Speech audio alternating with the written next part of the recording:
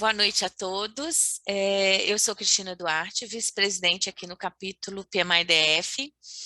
É com grande prazer que estamos aqui hoje recebendo o Matheus, que vai falar sobre desenvolvimento sustentável, trazendo uma visão mais aprofundada do conceito, né? Utilizando uma visão um pouco direcionada das ODS 11 e 12, mas focando nesse conceito. Entendo que esse tema é extremamente importante, né, gente? Nós estamos vivendo tempos difíceis, após pandemia, durante ainda uma guerra em andamento, que tem impactos a nível de desenvolvimento, de sustentabilidade, de evolução financeira e de crise, né? Sabemos que o Banco Central americano vai está aumentando a taxa, isso tem um reflexo muito grande para a gente. Mais uma vez, a gente vai ser alvo aí de momentos econômicos difíceis, quando a gente ainda nem se estruturou após a pandemia, né, nesse retorno. Tanta gente voltou para uma linha muito crítica a nível de subsistência. Então, é muito importante que a gente tenha essa visão e consiga entender aonde a gente está nesse momento, né? Nós aqui do PMI temos um compromisso junto à ONU de entregar 125 mil horas de voluntariado junto às ODS para a Agenda 2030. Então, nós trouxemos para nós a responsabilidade de apoiar a comunidade nessa visão, nesse entendimento, nessa compreensão, e a gente está aqui hoje fazendo mais um pedacinho dessa entrega, né? Que para a gente é um conforto, né? Traz um conforto a gente saber que a gente está cuidando disso com carinho, com cuidado, né? É muito importante a gente trazer essa visão para nós. E nós aqui no PMI-DF temos esse compromisso e assumimos isso junto à nossa comunidade. Então, mais uma vez, quero agradecer a participação de vocês que estão aqui com a gente, mesmo quem ainda não entrou, mas vai assistir o nosso vídeo no nosso canal do YouTube.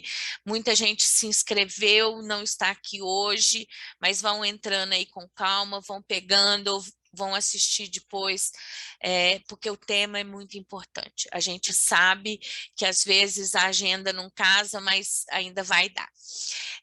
Então, eu quero agradecer a todos que estão aqui, mais uma vez, propor para vocês, se manifestem, interajam com o nosso palestrante, com a Flávia, que é a nossa moderadora.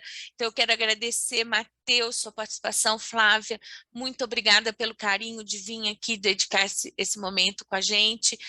Quero agradecer o André, nosso voluntário aqui da Diretoria de Comunicação, que está dando suporte e controlando para nós esse evento, né? Gente, é muito importante isso. A gente faz a nossa parte, cada um faz a sua, né? Então, uma boa noite, um bom evento para nós todos. Obrigada. Flávia, com você agora.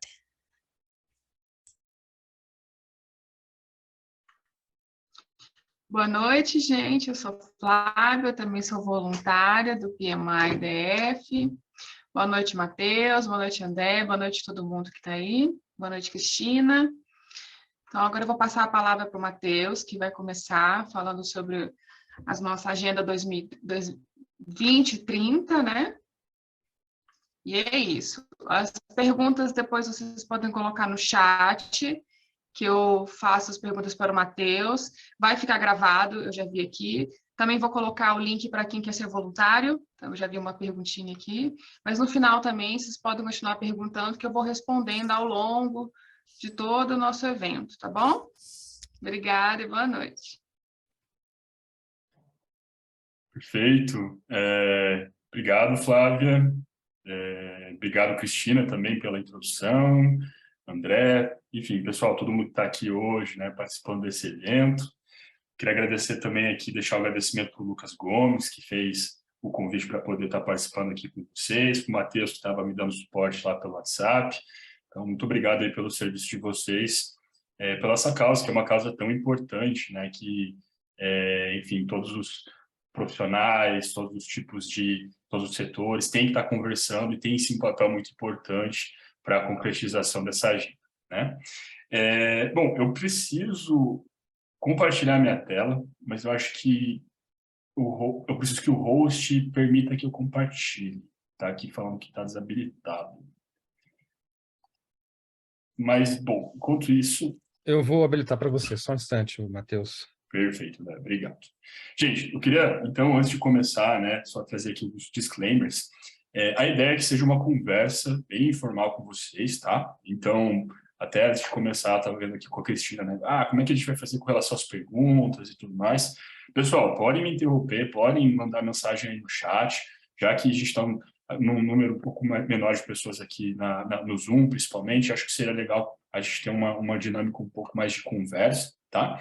Então, fiquem aí bastante à vontade de estar interrompendo, trazendo perguntas. Se não for atrapalhar, Cristina. Não, imagina, lógico que não, Matheus, fica à vontade. Já pode compartilhar. Isso. Você é o nosso anfitrião agora. Perfeito. A bola é sua, a decisão é sua, tá bom? Aparece aí para vocês, pessoal? Sim, está aparecendo. Então, tá bom. Deixa eu arrumar aqui. Bom, gente, então hoje a gente vai conversar justamente sobre desenvolvimento sustentável, Agenda 2030 e ODS 11 e 12, tá? E antes de começar, eu gostaria de me apresentar. Meu nome é Matheus Falasco, eu sou formado em Direito, e trabalho como consultor e gestor de projetos de ESG e sustentabilidade corporativa na Cid Consultancy. Então, a gente tem aí um foco bem grande em levar a sustentabilidade, né? O desenvolvimento sustentável por meio da participação dos negócios, né? Que tem aí um papel muito importante nesse processo. Então, hoje atuo lá como gestor de projetos, estou hoje fazendo a gestão de 2 projetos específicos com 2 indústrias, então, tem sido aí uma experiência muito interessante. Depois, se quiserem conversar um pouquinho mais sobre SG, que não é bem o foco da palestra, a gente pode conversar. Também sou, pessoal, conselheiro júnior do CPCE, que é o Conselho Paranaense de Cidadania Empresarial, ligado à Federação de Indústrias do Estado do Paraná, a FIEP. Conselheiro da cadeira de Empreendedorismo, Trabalho e Renda do Sejus Paraná, que é o Conselho Estadual da Juventude do Estado do Paraná, então ligado também ao governo aqui do Paraná. E também, por último, mas não menos importante, sou diretor aí da ONG Youth Action Hub Curitiba, que é ligado a uma agência das Nações Unidas chamada Ancted, que logo mais eu vou contar um pouquinho dela sobre vocês. Sobre o Youth Action Hubs. O Youth Action Hubs, pessoal, como eu disse para vocês, é uma ONG, né, internacional ligada às Nações Unidas, que tem como principal objetivo a implementação do desenvolvimento sustentável por meio do protagonismo jovem, tá? Aí tem uma foto da nossa galera, né? Então, geralmente, eles são jovens de 18 a 30 anos, todos jovens profissionais, universitários, que de alguma forma querem ajudar a implementar o desenvolvimento sustentável. E como é que a gente faz isso exatamente? Por meio de 2 frentes. Então, a gente ajuda com a conscientização. Então, hoje, né, a gente percebeu que menos de 1% da população brasileira, segundo uma pesquisa do IBOP, conhece significativamente a Agenda 2030, desenvolvimento sustentável. Então, o IAL vem justamente para ajudar nessa conscientização, né? Então, o que a gente faz? A gente faz workshops, seminários. Recentemente, criamos um curso sobre desenvolvimento sustentável, que se chama Inteligência Sustentável, para as universidades estaduais do Paraná. Então, uma parceria exclusiva que a gente está fazendo com o governo do estado. O curso que foi feito só por maioria de jovens, né? Então, realmente, um trabalho bem interessante, jovem para jovem. E também a gente ajuda a implementar o desenvolvimento sustentável com uma outra frente de trabalho, que é a criação de soluções sustentáveis, né? Então, e como é que a gente faz isso? A gente tem hoje uma metodologia específica de um hackathon, onde a gente ajuda, então, jovens a criarem soluções para desafios socioambientais locais, né? Então, e desafios contidos ali na Agenda 2030. Então, geralmente, a gente se junta com jovens universitários, ensina para eles justamente como criar uma solução, um empreendedorismo, né, de impacto, como a gente chama, que é justamente um negócio que, além de buscar um retorno financeiro, também, de alguma forma, impacta socialmente ou ambientalmente. E por meio, então, dessas duas frentes, aí, a gente tem atuado aqui em Curitiba, no Paraná, né, para a implementação do desenvolvimento sustentável, mas o IA hoje está presente não só no Brasil, mas em 37 países diferentes. Então, somos aí uma comunidade global. E desde 2019 aqui no Brasil, a gente já impactou aí aproximadamente mais de 20 mil pessoas. Isso de maneira totalmente voluntária, né? Então, assim, nem vocês, a gente trabalha de maneira voluntária justamente com o objetivo de implementar o desenvolvimento sustentável. Mas dito isso, pessoal, eu queria entrar aqui brevemente, né, para quais são os objetivos da minha fala. Bom, eu tenho hoje 4 principais objetivos. O primeiro de todos é que vocês não durmam, tá? Por ser algo um pouco mais teórico, às vezes dá aquele soninho, bate aquele soninho. Eu vou trazer alguns conceitos do economiquez, que é meio chato também, mas assim, eu tentei deixar o mais simples possível, mais menos tedioso possível, mas se estiver chato, vocês me falam e eu tento acelerar, eu tento mudar a abordagem. O segundo objetivo, pessoal, é que vocês entendam o conceito de desenvolvimento sustentável no seu contexto histórico. Depois que vocês entendam o que é a Agenda 2030, quais são os 17 ODS e demais itens relevantes relacionados aos mesmos. E, por último, que vocês compreendam o ODS 11 e o 12, bem como os desafios que os mesmos buscam resolver, tá? Bom, sem mais delongas, pessoal, vamos lá. Como é que está a nossa agenda de hoje? Então, eu vou começar ali, então, trazendo um pouquinho algumas informações sobre o que é desenvolvimento, né? Eu já vou explicar o porquê. Depois a gente vai falar propriamente sobre desenvolvimento sustentável. Depois a gente vai falar um pouquinho sobre a Agenda 2030 e 17 ODS, fechando, então, com o ODS 11 e 12 e abrindo um momento aí de perguntas e respostas.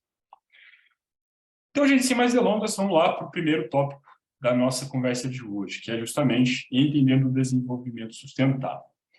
Bom, muito provavelmente vocês em algum momento já viram em uma reportagem de jornal, já leram alguma reportagem na internet,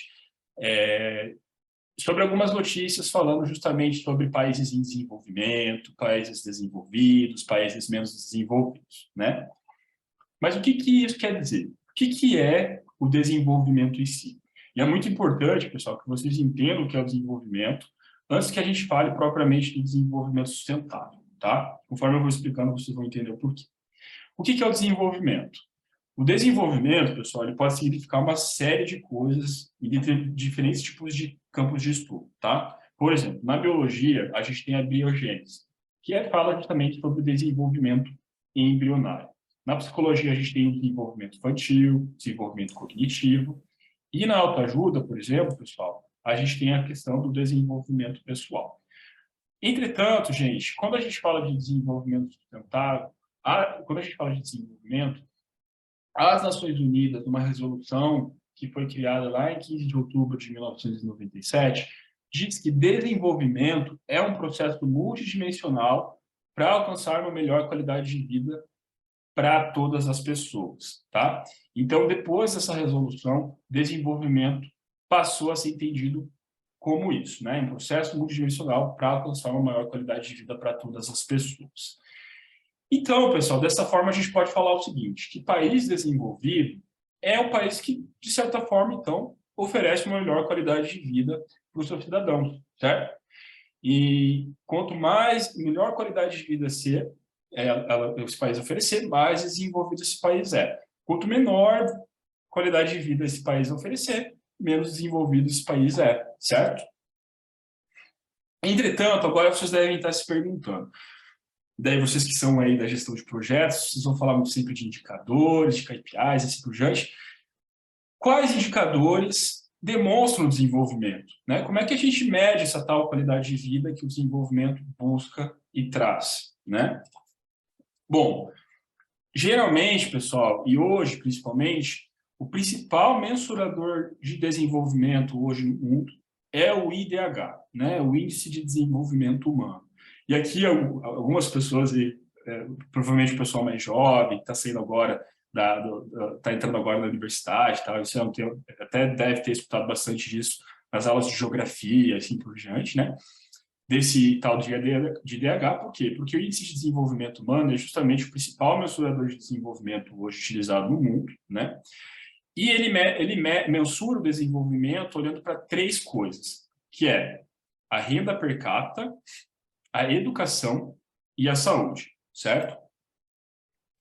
E quanto maior ser, então, justamente a renda per capita de um país, quanto maior ser os índices relacionados à educação e à saúde, mais desenvolvido seria esse país e mais qualidade de vida ele teria, certo? Entretanto, pessoal, por muito tempo, o principal indicador de desenvolvimento foi apenas a renda per capita, certo? Então, ao invés de olhar educação e saúde, o único indicador que era analisado para definir se o país era desenvolvido ou não era a renda per capita desse país. E o que é a renda per capita? A renda per capita nada mais é que o produto interno bruto, ou seja, o PIB, dividido pela quantidade de habitantes de um país. E o PIB também, né, que daí já vem um pouco aqui do economiquez, nada mais é, né, que a soma de todas as riquezas de um país ou de uma região. Então, é toda a riqueza que um país produz, certo? Ou seja, com essa antiga visão, essa ideia de desenvolvimento igual a PIB per capita, país desenvolvido, há um tempo atrás, pessoal, nada mais era do que o país rico, industrializado, certo? E por conta disso, por muito tempo, pessoal, desenvolvimento nada mais era do que um sinônimo de crescimento econômico. Então, quanto mais crescimento econômico, maior a renda per capita de um país, maior o PIB de um país, mais desenvolvido ele era. E essa teoria, pessoal, ela foi predominante por muito tempo entre os economistas. E até hoje ainda existem os economistas que falam que o país desenvolvido é país que tem um alto crescimento econômico, e apenas isso. Entretanto, gente, houve uma mudança de paradigma. Então, uma série de evidências começaram a demonstrar que alguns países ali na década de 50 que tinham crescimento econômico, não necessariamente esses países também passavam a ter uma melhor qualidade de vida para os seus cidadãos, certo? Então, já alguma coisa errada aí.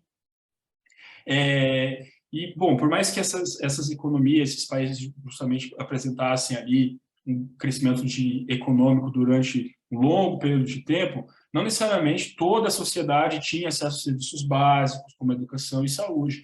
E, por conta disso, uma série de questionamentos começaram a surgir. Será que o progresso econômico pode ser o único indicador de desenvolvimento de um país? Será que o crescimento econômico é o único indicador de desenvolvimento? Justamente por conta desses questionamentos, isso feito por uma série de cientistas políticos, economistas, cientistas sociais e assim por diante, surgiu o IDH, que é justamente o principal mensurador de desenvolvimento que a gente usa hoje, né? Ele foi criado, então, em 1990, por Mabu Urrak, com a colaboração do economista indiano Amartya Sen. Inclusive, né, o Amartya Sen, ele acabou ganhando o prêmio Nobel por conta da criação do IDH junto com o Mabu. E justamente, então, o IDH ele foi criado para medir o desenvolvimento, sendo um contraponto ao PIB per capita, certo? E esse IDH, então, ele passa a medir o desenvolvimento de uma nação a partir de 3 dimensões. Então, a renda per capita, saúde e educação, né? Como eu já tinha mencionado para vocês. E, gente, isso é muito interessante, porque, assim, o PIB e o IDH, eles continuam existindo, né? Os economistas continuam analisando o PIB do país, ele continua sendo relevante, e o IDH também. Mas, por exemplo, se a gente for tentar entender hoje qual é o país mais desenvolvido do mundo por meio do IDH, esse país seria qual? A Noruega, certo?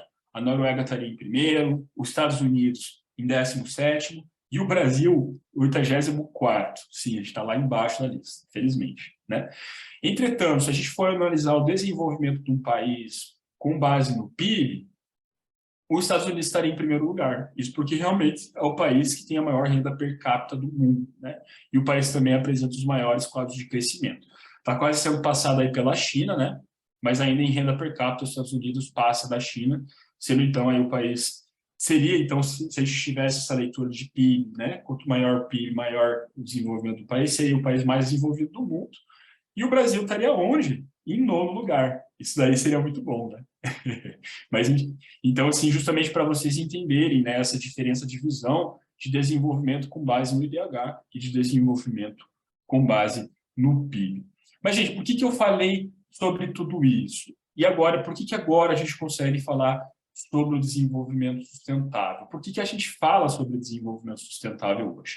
Bom, lá no primeiro tópico, no começo da minha fala, eu falei para vocês que o desenvolvimento é um processo multidimensional para alcançar uma melhor qualidade de vida para todas as pessoas, certo? Bom, nos últimos 250 anos, pessoal, esse processo de busca de melhor qualidade de vida, ele teve seu início principalmente com a Revolução Industrial e Energética do século XVIII, certo? Então, aqui eu trago um gráfico demonstrando isso, e realmente, conforme o PIB foi crescendo, né, conforme a produção de riqueza foi aumentando, o número da população também aumentou, e a renda per capita também, certo? E nesses últimos 250 anos, a gente pôde observar o maior crescimento econômico populacional de renda já visto antes na história do planeta Terra. Isso nunca tinha acontecido antes, certo? E, junto com isso, naturalmente, a qualidade de vida começou a aumentar. Também começou a aumentar de uma maneira nunca vista antes. Porque, se você pega ali, né, século XV, XIV, era uma pequena minoria, né? Então, ali os nobres, por exemplo, clero e assim por diante, agora voltando lá para as aulas de história, que possuíam uma qualidade de vida boa, né? E olha lá ainda, né? Toda a maioria, todo o restante da população não tinha uma boa qualidade de vida. Aqui falando de saúde, falando de renda per capita, poder de compra, falando também aí, por exemplo, de educação, né? Boa parte da população analfabeta e assim por diante. Mas isso mudou totalmente. Então, cada vez mais a qualidade de vida das pessoas começou a aumentar pelo mundo por conta aí desses episódios. Entretanto, e aqui, pessoal, eu gosto de trazer essa imagem, né? O crescimento, a melhoria a qualidade de vida foi tão... o aumento da qualidade de vida foi tão absurdo que alguns economistas gostam de falar que a qualidade de vida de uma família de classe média alta hoje chega a ser tão boa, ou melhor até, do que a qualidade de vida de um rei do século XV. Justamente para a gente ir trazendo aí essa reflexão de como realmente a qualidade de vida, esses últimos 250 anos, ela acabou melhorando, certo? Entretanto, pessoal, essa qualidade de vida, ela melhorou, esse desenvolvimento, ele aconteceu a custo do quê? Né? Esse desenvolvimento econômico-social, a custo do que ele aconteceu? Eu gosto de falar que esse desenvolvimento, ele aconteceu, essa melhoria de qualidade de vida aconteceu por conta do que a gente chama de antropoceno. E o que é o antropoceno? O antropoceno, pessoal, nada mais é do que um novo período da história do planeta em que as atividades humanas começam a ter um impacto global significativo no clima da Terra e no funcionamento dos seus ecossistemas. Como assim, Matheus? E aqui eu trago geralmente esse esquema aqui para deixar bem fácil de entender. O desenvolvimento, ou seja, a busca pela melhor qualidade de vida, o crescimento econômico, desenvolvimento social, saúde, educação e assim por diante, levou ao que a gente chama de antropoceno, certo? E o antropoceno levou ao que a gente chama, que é justamente, né, esse impacto da atividade humana junto ao planeta. E justamente esse impacto levou ao que a gente chama hoje do quê? De crise ambiental. E aqui a crise ambiental, todo mundo sabe o que está acontecendo, né? Todo mundo escuta 3, 4, 5 notícias por semana falando de algum problema relacionado à questão ambiental, e é justamente por conta do antropoceno que isso acontece hoje, justamente por conta dessa busca do desenvolvimento e pela busca da melhor qualidade de vida e da atividade humana, principalmente produtiva, que a gente tem essa crise ambiental hoje. E essa crise ambiental, por sua vez, pessoal, ela gera e ela resulta numa série de reflexos, tá? Eu queria trazer algum desses reflexos para vocês entenderem a dimensão deles. Um desses reflexos é, por exemplo, o desmatamento. Então, hoje, né, os seres humanos estão destruindo 15 bilhões de árvores por ano, enquanto o aparecimento de novas árvores e o reflorestamento é de somente 5 bilhões de unidades. Ou seja, o planeta está perdendo 10 bilhões de árvores por ano e pode eliminar todo o estoque de 3 trilhões em 300 anos. O Brasil é o país que mais desmata e menos refloresta, além de bater todos os recordes de desmatamento em 2019. Ou seja, pessoal, desmatamento é um desses reflexos aí do antropoceno e cada vez mais os nossos estoques de árvores têm se diminuído, certo? Um outro reflexo do antropoceno é o desaparecimento de insetos. Então, e aqui tem esse livro bem interessante do David Greenberg, que fala, né, se todas as pessoas decidirem ir para Marte, a vida da Terra não mudaria muito. No entanto, se os insetos desaparecessem, seria uma catástrofe. Florestas provavelmente entrariam em colapsos, rios e oceanos seriam envenenados e muitos outros animais morreriam de fome. Então, assim, pessoal, toda essa atividade humana causada pelo antropoceno e essa provocação da crise ambiental tem gerado justamente o desaparecimento dos insetos. E os desaparecimentos dos insetos realmente tem um custo muito grande para a manutenção do nosso planeta. Então, aí, um outro reflexo do antropoceno. Um outro reflexo também, pessoal, é a perda de biodiversidade. Então, o último relatório do Planeta Vivo, feito em 2018, divulgado pelo Fundo Mundial para a Natureza, WWF, mostra que o avanço de produção e consumo da humanidade tem provocado uma degradação generalizada dos ecossistemas globais e gerado uma aniquilação da vida selvagem. As populações de vertebrados silvestres, como mamíferos, pássaros, peixes, répteis e anfíbios, sofrem uma redução de 60% entre 1970 e 2014. Então, novamente aqui, o antropoceno, a atividade humana, tem de alguma forma diminuído o número de espécies no nosso planeta. Isso é muito triste.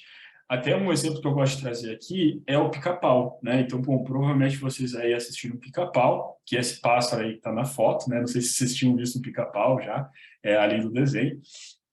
Mas o pica-pau é um dos exemplos aí um dos efeitos do antropoceno da perda de biodiversidade, né? Então, o pica-pau foi extinto, não existe mais. E cada vez mais a gente tem esse problema da perda de biodiversidade sendo realizada por conta da ação humana.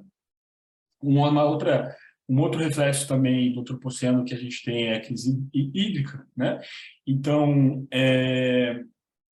hoje tem se dito por boa parte dos cientistas que, por conta do desmatamento amazônico, uma série de crises hídricas tem acontecido no Brasil, isso por conta de um fenômeno chamado de caminho dos rios voadores, né? Então, onde, basicamente, toda a água absorvida lá pela Amazônia, ela vem, por exemplo, para os outros estados do Brasil, né?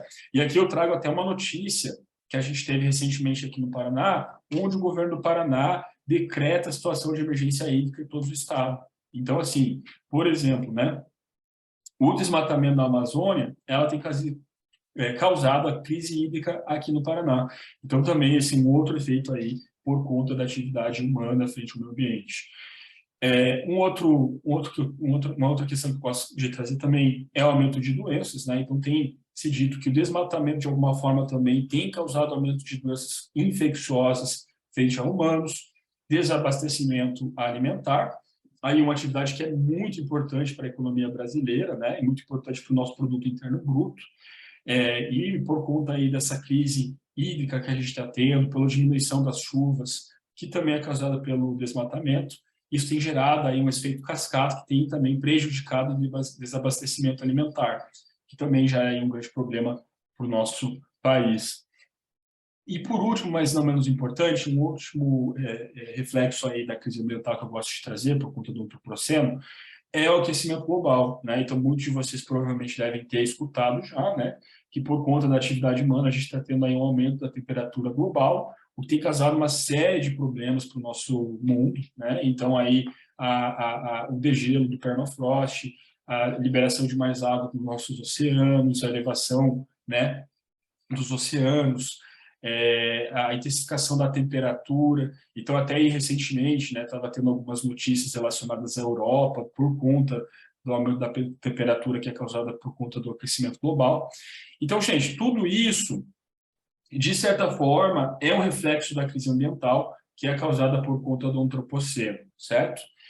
E se a gente pudesse resumir, a gente poderia falar o seguinte, então, que todo o desenvolvimento econômico e social ele ocorreu à custa do encolhimento e empobrecimento do meio ambiente.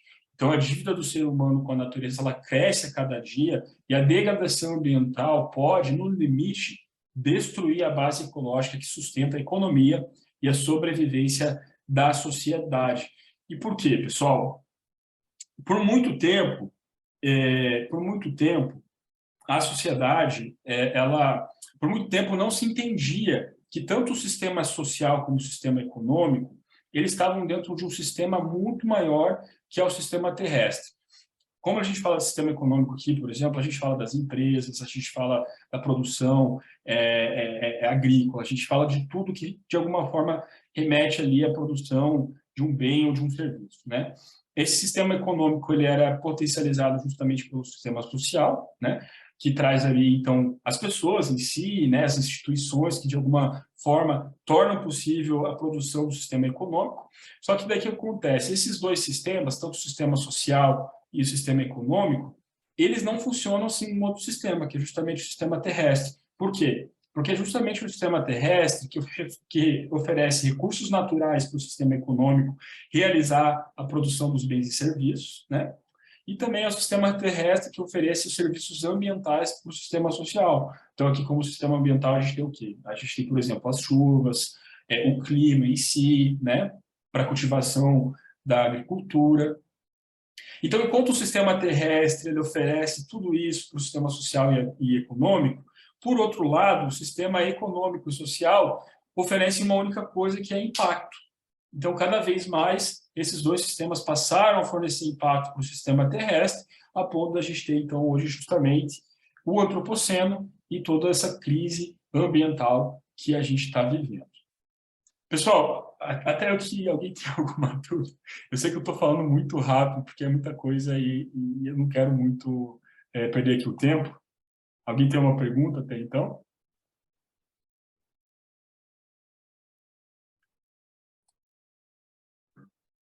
Deixa eu aproveitar para tomar um gole de água.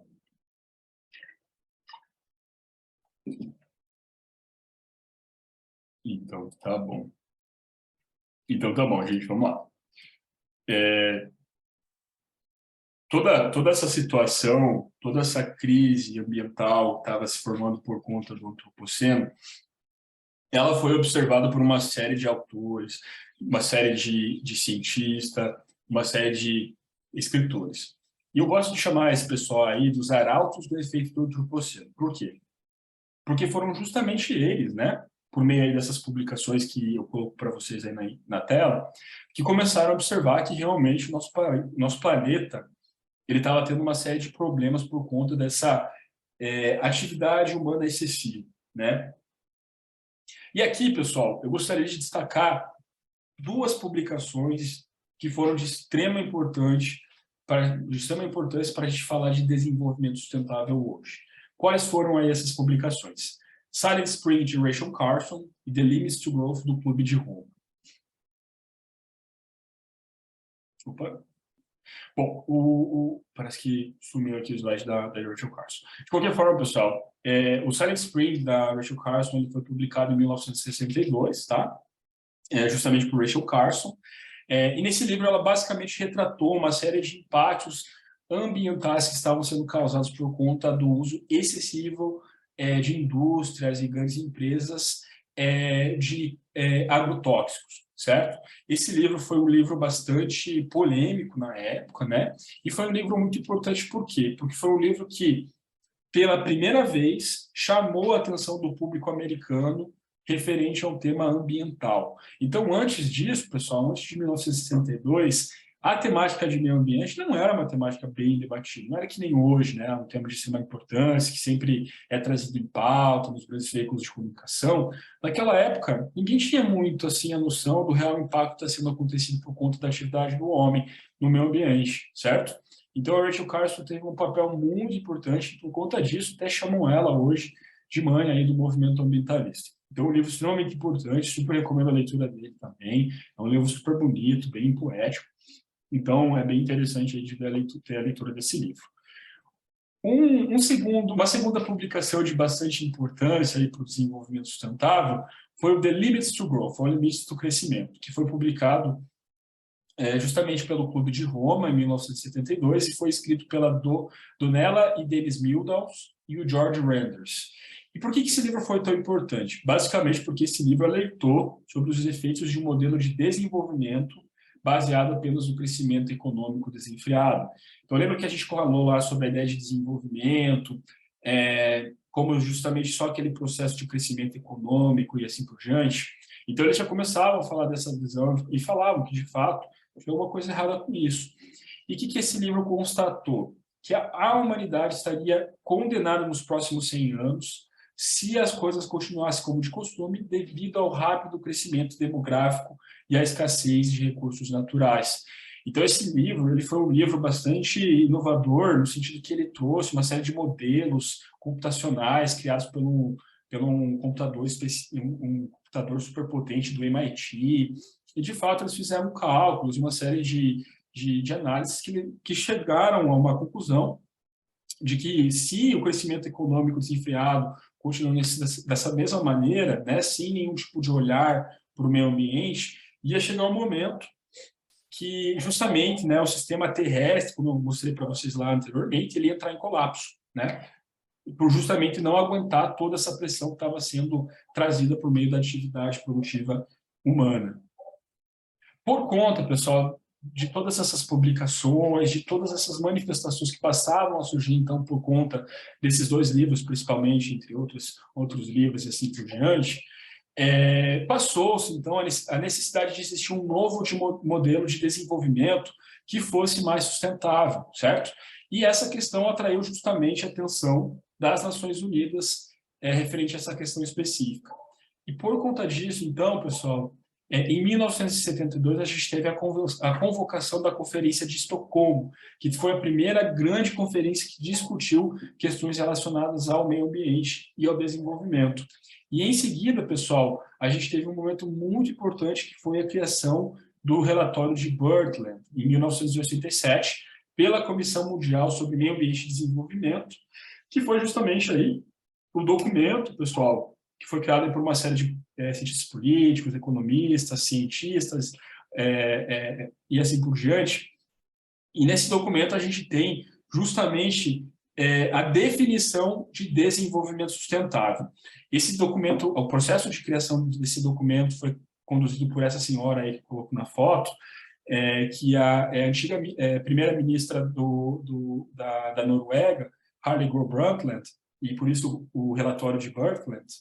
E ele teve um papel muito importante, porque hoje o conceito de desenvolvimento sustentável foi justamente cunhado por esse documento. E aqui eu queria ler para vocês, conforme está no relatório de Brundtland, a definição de desenvolvimento sustentável.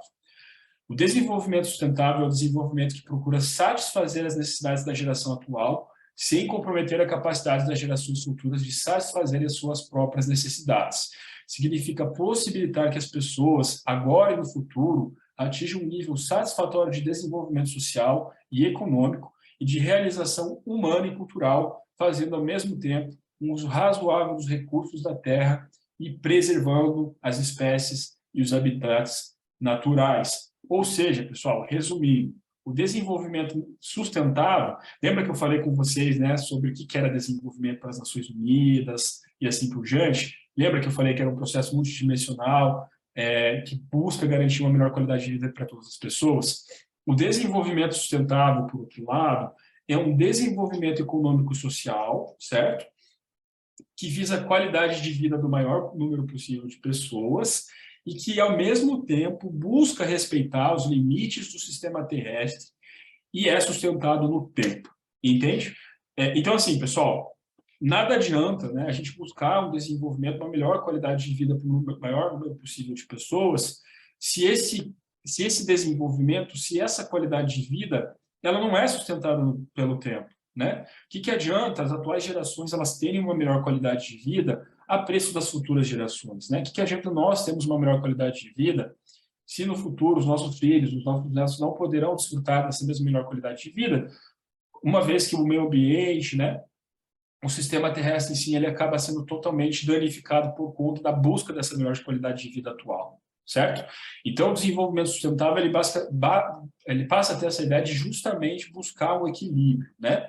E aqui eu gosto de trazer esse diagrama aqui, que ele justamente traz isso, né? Então, desenvolvimento sustentável, justamente, é um desenvolvimento que é suportável, viável, equitativo, e traz justamente essa ideia de equilíbrio entre o desenvolvimento econômico, social e a proteção do meio ambiente. Pessoal, alguém tem uma dúvida até então?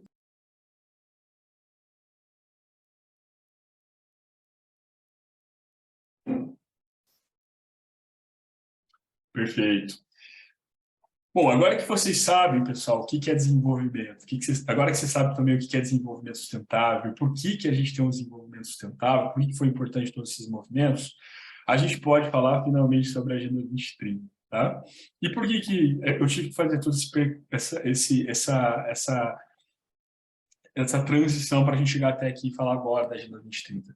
Justamente, pessoal, porque a Agenda 2030 nada mais é que um plano de ação com 17 objetivos e 169 metas para a implementação justamente do desenvolvimento sustentável no mundo até 2030, tá? Então, assim, depois que a gente teve ali o relatório de Birkeland, então, destacando a importância de termos um desenvolvimento sustentável, cunhando o termo do que é desenvolvimento sustentável, a gente teve uma série de outras conferências, tá? Eu não coloquei aqui, porque senão ia virar uma aula de 3 horas, mas a gente teve uma série de outras conferências que realmente começaram a trazer essa temática para o centro do debate internacional, né? Então, a gente teve, por exemplo, a Eco 92, a gente teve, por exemplo, a Rio+20, dois eventos extremamente importantes que aconteceram, inclusive, aqui no Brasil, né? Onde a gente teve uma série de líderes mundiais, de chefes de Estado vindo para o Brasil para a gente discutir justamente como a gente poderia implementar o desenvolvimento sustentável no mundo. Uma série de planos foram desenhados desde 92, tá? Nenhum deles funcionaram, nenhum deles tiveram um resultado significativo.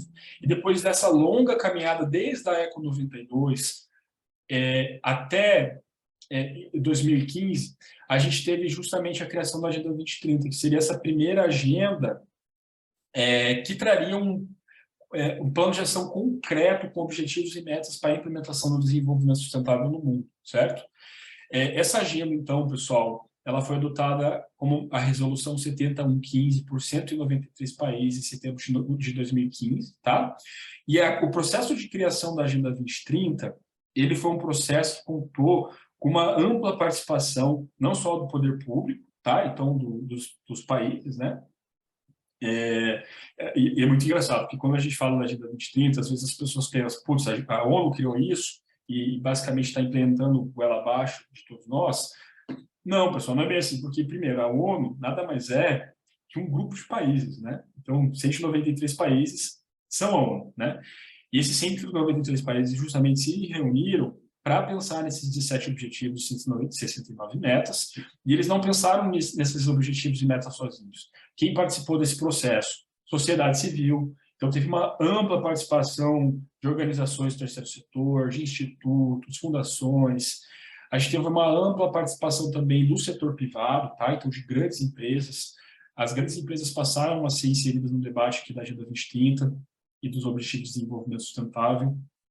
E é por isso que a gente vê também esse tema volta e meia sendo comentado nas empresas, né?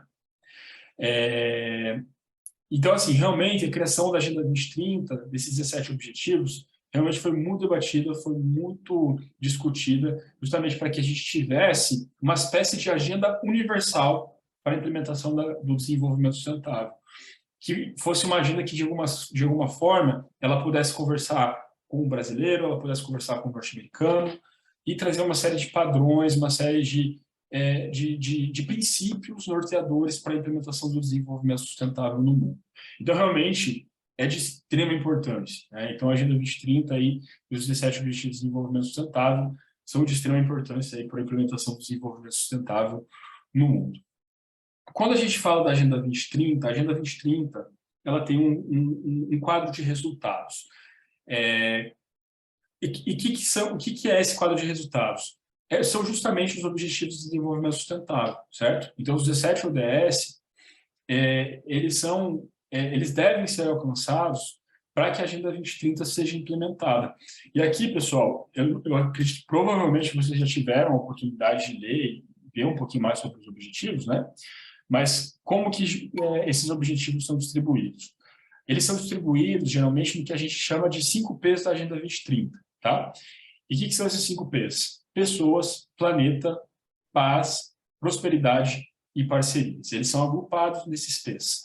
Quando a gente fala do pilar de pessoas, a gente tem o ODS 1, 2, 3, 4, 5 e 10. O ODS 1, que busca justamente erradicar a pobreza, o ODS 2, que busca a fome zero e a agricultura sustentável, o ODS 3, que busca saúde e bem-estar, o ODS 4, que busca a educação de qualidade, o 5, que busca a igualdade de gênero, e o 10, a redução das desigualdades. Então, aqui, vocês podem perceber, né, que todos os ODS que estão aí no pilar de pessoas, eles têm um viés muito voltado para pessoas, certo? então justamente por isso que eles estão agrupados aí nesse P. Já o pilar de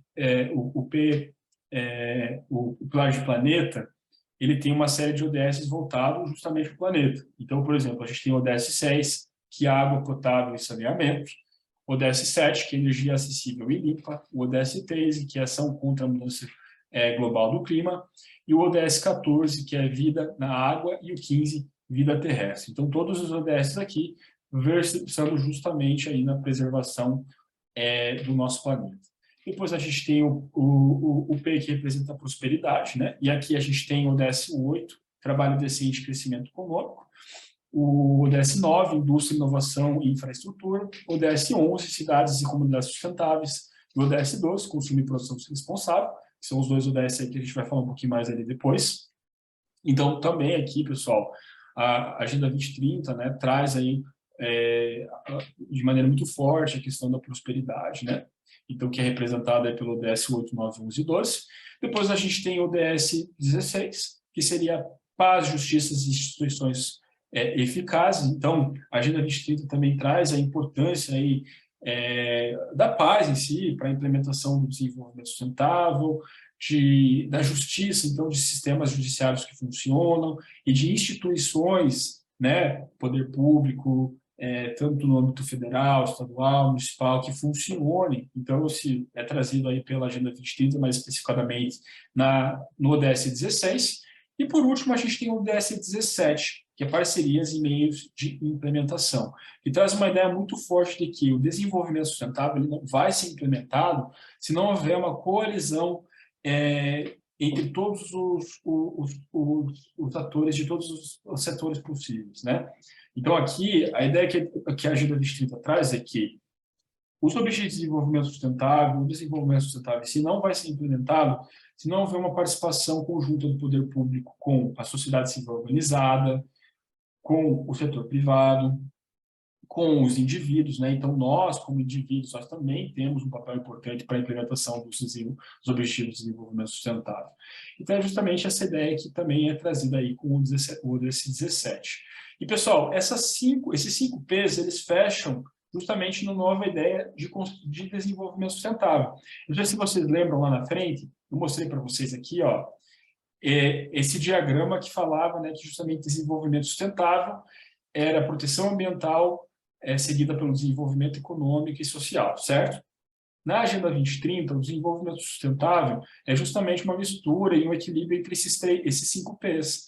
Então, pessoas, prosperidade, proteção do planeta Terra, parcerias e a paz. Então, a partir do momento que esses 5 P's estiverem em harmonia pela implementação dos Objetivos de Desenvolvimento Sustentável, é a partir desse movimento que a gente vai ter a implementação do desenvolvimento sustentável. Pessoal, aqui eu já estou chegando quase ao fim, né? Chegando justamente no ODS 11 e 12. Eu gostaria de saber se vocês têm alguma pergunta, algum questionamento, algum comentário, alguma curiosidade. Matheus, tem uma pergunta do Valber Pinheiro. Eu vou ler aqui. Pelo que podemos acompanhar nos noticiários, os relatórios apontam que o Brasil retrocedeu nas 169 metas de desenvolvimento sustentável, com destaque para o aumento da fome. As frentes parlamentares também reduziram suas participações efetivas. O que pode ser feito na prática pelas organizações civis para reverter esse quadro? Olha só, ótima pergunta. Realmente, assim, Walter? Valber, perfeito. Valber, obrigado pela pergunta. É uma ótima pergunta, é uma situação bem triste. Realmente, aí a implementação da agenda no Brasil, ela foi bastante fragilizada nesses últimos anos, sobretudo depois da saída do governo Temer. O governo Temer, principalmente, ele teve uma forte participação na criação da Agenda 2030, tá?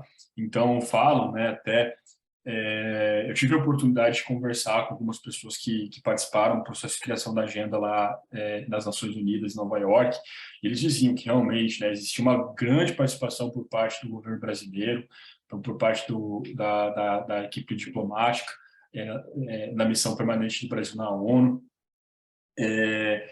Mas, infelizmente, ali, depois da trocada de governo, apesar de ter sido criado alguns mecanismos que ajudariam a implementação do desenvolvimento sustentável no Brasil, porque como que funciona, basicamente, o processo de implementação da agenda de maneira prática pelos países?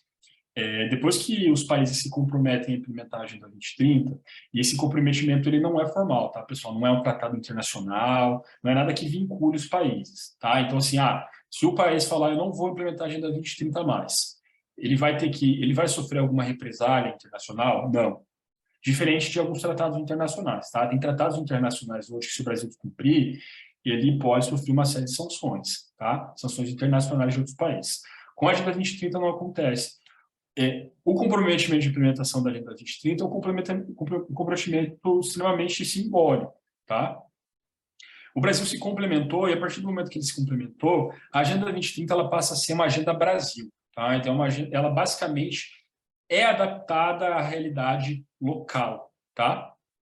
A adaptação da agenda em si, aqui no Brasil, ela estava sendo feita principalmente pela Comissão Nacional ODS, que tinha sido criada pelo governo Temer, ali por 2016, se eu não estou enganado, 2017, não lembro.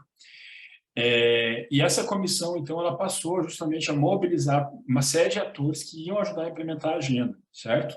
E também a fazer o quê? A fazer a tradução dos objetivos, das metas, dos indicadores da Agenda 2030 para a situação do Brasil. Então, uma série de órgãos governamentais começaram a participar desse processo. Se eu não me engano, quem participou,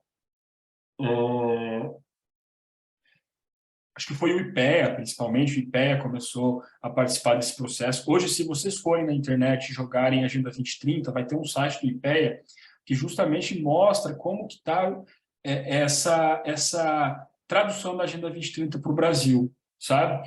Então, lá, eles basicamente fazem o quê? Eles analisam todas as metas e os indicadores e veem o que se aplica e o que não se aplica para o Brasil. Então, tem algumas metas que, de alguma forma, elas já foram implementadas pelo Brasil, né? Ou elas, de alguma forma, o Brasil estava performando bem, de certa forma, nessas metas, alguns indicadores também, e tem outros que não. E tem outros também, outras metas e indicadores que não se aplicam ao Brasil. Então, justamente esse processo de localização da agenda ele tem sido feito pelo IPEA. Da última vez que eu chequei o site, eles não tinham terminado ainda essa tradução dos indicadores, tá? Então, poxa, a gente já está, né, em 2022 e ainda a gente não fez essa tradução, é meio complicado, já faz bastante tempo, desde 2015, né? Mas esse processo não foi finalizado.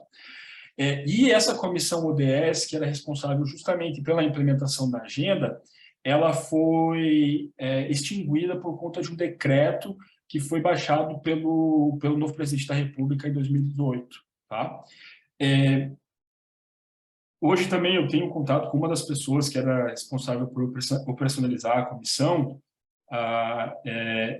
e ela me diz que não se tem certeza, né, se esse decreto ele foi baixado justamente só para prejudicar essa comissão, tá? Justamente porque o governo que entrou ele tem uma certa desconfiança de agendas internacionais e assim por diante, né? Pensava que de alguma forma a agenda 2030 feria a soberania do país, o que não é o caso. Já expliquei para vocês, né? Não se sabe então se esse decreto ele foi baixado para de alguma forma acabar com a comissão. Isso porque esse decreto ele acabou com várias comissões. Então, ele foi um decreto que, de alguma forma, tentava regulamentarizar uma questão de como as comissões poderiam ser conduzidas ou não. E uma série de comissões tinham um tipo de irregularidade, e, por conta disso, elas foram encerradas, né? Então, não foi só a Comissão Nacional dos ODS que foi encerrada. Mas tem muita gente que fala que, sim, um dos objetivos era justamente, né, então, por meio desse decreto, acabar com a Comissão Nacional do ODS. E depois que a comissão, então, ela parou, se eu não me engano, foi em 2018, 2019, essa comissão ela já tinha criado um plano, acho que de 5, 10 anos, alguma coisa assim, para a implementação da agenda no Brasil. Se vocês também jogarem lá no Google, vocês vão achar, tá? Então, Comissão Nacional ODS, plano de implementação, vocês também vão encontrar lá essas informações. Mas depois que esse decreto passou a existir, justamente a Comissão Nacional ela foi encerrada, né? E então, a implementação da agenda no Brasil, ela sofreu uma série de prejuízos, né? Então, hoje, por exemplo, como é que os países, como é que as Nações Unidas sabem se os países estão implementando, ou em que passo eles estão na implementação da agenda? Por meio do que a gente chama de relatórios nacionais de implementação. E esses relatórios, geralmente, são apresentados quando? Eles são apresentados anualmente no fórum, no High Level Political Forum, lá no Queixa das Nações Unidas em Nova York. Todo ano, os países eles fazem esse relatório para retratar como está a implementação, então para trazer ali resultados das metas, dos indicadores.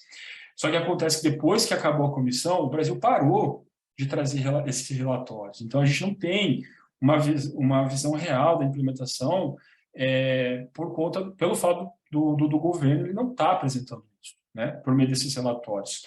A sociedade civil, então, ela passa a assumir um papel muito importante, primeiro, na implementação e também, segundo, na prestação de contas da implementação da agenda. E aqui tem uma organização muito importante que vocês têm que conhecer, se vocês tiverem interesse, né, de entender um pouquinho melhor, que é o Grupo de Trabalho da Agenda 2030, que é o Grupo de Trabalho da Agenda 2030, GT Agenda 2030. Se vocês jogarem no Google, vocês também vão entrar no site deles. E no site deles, eles geralmente postam o que eles chamam de relatório Luz. E o que é o relatório Luz? O relatório Luz é justamente esse relatório que o Brasil devia fazer, o governo brasileiro devia fazer, e não faz, mas feito pela sociedade civil. Então, a sociedade civil dá um jeito de coletar informações, dados e assim por diante, e relatar como está a implementação da Agenda 2030 pelo Brasil. E se você vai analisar o último relatório Luz ali de 2022, eu não cheguei a analisar o relatório, não cheguei a ver ele, realmente, assim, a gente está muito para trás, né? Então, a gente estava numa situação bem, alguns objetivos e algumas metas, e a gente acabou indo para trás, né? Tem muito essa questão da fome, que você mencionou também, né? Que foi visível, então está bem destacado nesse relatório Luz desse ano. Mas, de fato, então, a gente passa a ter, né, uma prejudicação bem grande da implementação da agenda no Brasil. E daí agora, depois de, né, discorrer um monte, daí, então, respondendo a tua pergunta, como que a sociedade civil pode ajudar a implementar a Agenda 2030, né? Como que ela pode participar desse processo? Eu acredito que a sociedade civil pode participar justamente, né, então, criando projetos que, de alguma forma, ajudam a tratar ali, problemas relacionados à agenda, né? Compartilhando informações sobre a Agenda 2030, sobre o desenvolvimento sustentável, então informando mais e mais pessoas sobre a importância dessa agenda, né? E para que elas conheçam, elas entendam a importância dessa situação. Uma outra questão é justamente trazendo algum tipo de pressão para o poder público para que, de alguma forma, ele volte nesse processo de implementação da agenda, então restaure ali a Comissão Nacional de ODS, e também pensando no futuro do Brasil e quem, de fato, vai estar assumindo o governo na próxima eleição, né? Então, aqui é importante entender, né, qual candidato, de fato, teria a intenção de retomar os trabalhos da comissão e, de fato, teria algum tipo de preocupação aí com a Agenda 2030 e o desenvolvimento sustentável. Então, não sei se responde bem a tua pergunta, mas seriam basicamente aí algumas das sugestões que eu traria, tá bom? Obrigado. De nada. Pessoal, alguém tem mais alguma pergunta, algum questionamento? Por enquanto, é só essa. Perfeito. Então, gente, agora eu vou entrar justamente aqui no ODS 11 e 12, tá? Aqui, na verdade, eu confesso que você vai falar bastante breve, pessoal. A minha ideia é muito mais focar ali nessa parte contextual, da Agenda 2030, desenvolvimento sustentável, né? Mas eu gostaria de trazer esses dois ODS aqui, justamente com uma ideia de reflexão de como a gente pode ajudar a implementá-los, né? E daí talvez até abrir um momento de discussão para ideias e assim por diante. Mas, bom, então vamos lá, gente. Falando do ODS 11, conhecendo o ODS 11. O ODS 11, como eu li anteriormente para vocês, é o ODS Cidade e Comunidades Sustentáveis, e ele tem como objetivo tornar as cidades e os assentamentos humanos inclusivos, seguros, resilientes e sustentáveis. Mas por que as cidades, pessoal? Por que as cidades ganharam o ODS? Por que o ODS 11 é um dos ODS talvez mais importantes de todos e um dos mais desafiadores de todos? Isso porque, pessoal, 55% da população global vive em cidades, certo? E a expectativa é que até 2050, 70% da população global, ou seja, 6,5 bilhões de pessoas, passem a viver nas cidades. E isso, pessoal, gera uma série de desafios, né? Então, eu até trouxe aqui alguns desafios. Por exemplo, um dos desafios trazidos aí por conta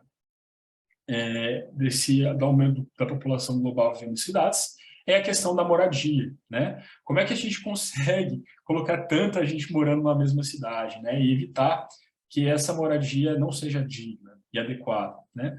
Então, como é que a gente adequa as nossas cidades para receber um número maior, cada vez maior de pessoas? E como é que a gente torna essa moradia acessível? Como é que a gente torna essa moradia digna? Como é que a gente impede que as pessoas vivam em ambientes precários, impossíveis para que a pessoa tenha uma vida digna, né? Então, esse é um dos pontos bem importantes que o ODS 11 ele acaba trazendo, a questão da moradia digna. Um outro grande desafio com o aumento da população nas cidades é justamente a questão do transporte, né? Os meios de transporte em si, né? Então, cada vez mais, com o aumento cada vez mais das pessoas nas cidades, isso naturalmente vai, de alguma forma, estar impactando o transporte público, né? Então, como é que, com o número de pessoas aumentando cada vez mais nas cidades, a gente certifica que as pessoas elas têm um meio de se deslocar que também é adequado, que, de fato, elas possam estar se transportando pela cidade, que elas possam estar indo para o trabalho, que elas possam ter um momento de lazer com sua família. Como é que a gente evita os grandes trânsitos que acabam sendo causados, engarrafamentos, por conta do aumento do número de pessoas nas cidades, né? Então, aqui não importa de onde que a gente esteja falando, né? Quase todas as cidades têm cada vez mais condicionamentos, né? Isso também é um reflexo cada vez mais do aumento de pessoas nas cidades, né? E gerando, então, esse grande problema que é a questão do transporte. Então, justamente, o ODS 11 ele passa a trazer uma série de questionamentos de como a gente pode resolver isso, né? Quais novos modais de transporte a gente precisa, como que a gente pode trazer um acesso maior ali para a utilização de modais não poluentes, como bicicleta, como os modais ativos de transporte também, como caminhar e assim por diante, né? Então, também é um ponto bem importante trazido aí pelo ODS 11. E, por último, mas não menos importante, né? A gente também tem a questão da gestão de resíduos. Então, assim, se cada vez mais a gente tem um número crescente de pessoas chegando nas cidades e morando nas cidades, cada vez mais o número de resíduos gerados por essas pessoas vai aumentar, né? Ao ponto da gente, hoje em dia parece que está morando numa pilha de lixo, né? Então, hoje, cada vez mais nossas cidades estão, sim, entulhadas com lixos e resíduos, né? Isso também é um reflexo do aumento do número de pessoas nas cidades. Então, como é que a gente trata esse problema? Como é que as cidades elas se adaptam ao ponto de fato, então, conseguir ter uma logística propícia para toda essa questão dos resíduos trazidos pelas pessoas, e não depois só, né, a logística até levar isso para o aterro sanitário e assim por diante, mas o que se faz com esses resíduos, né?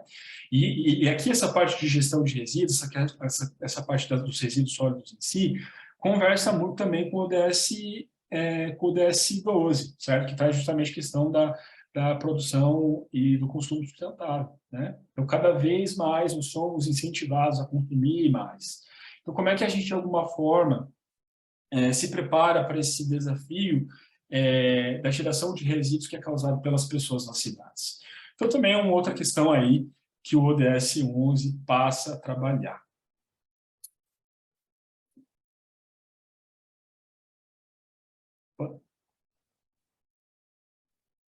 Bom, pessoal, e agora, então, entrando no ODS 12, espera aqui.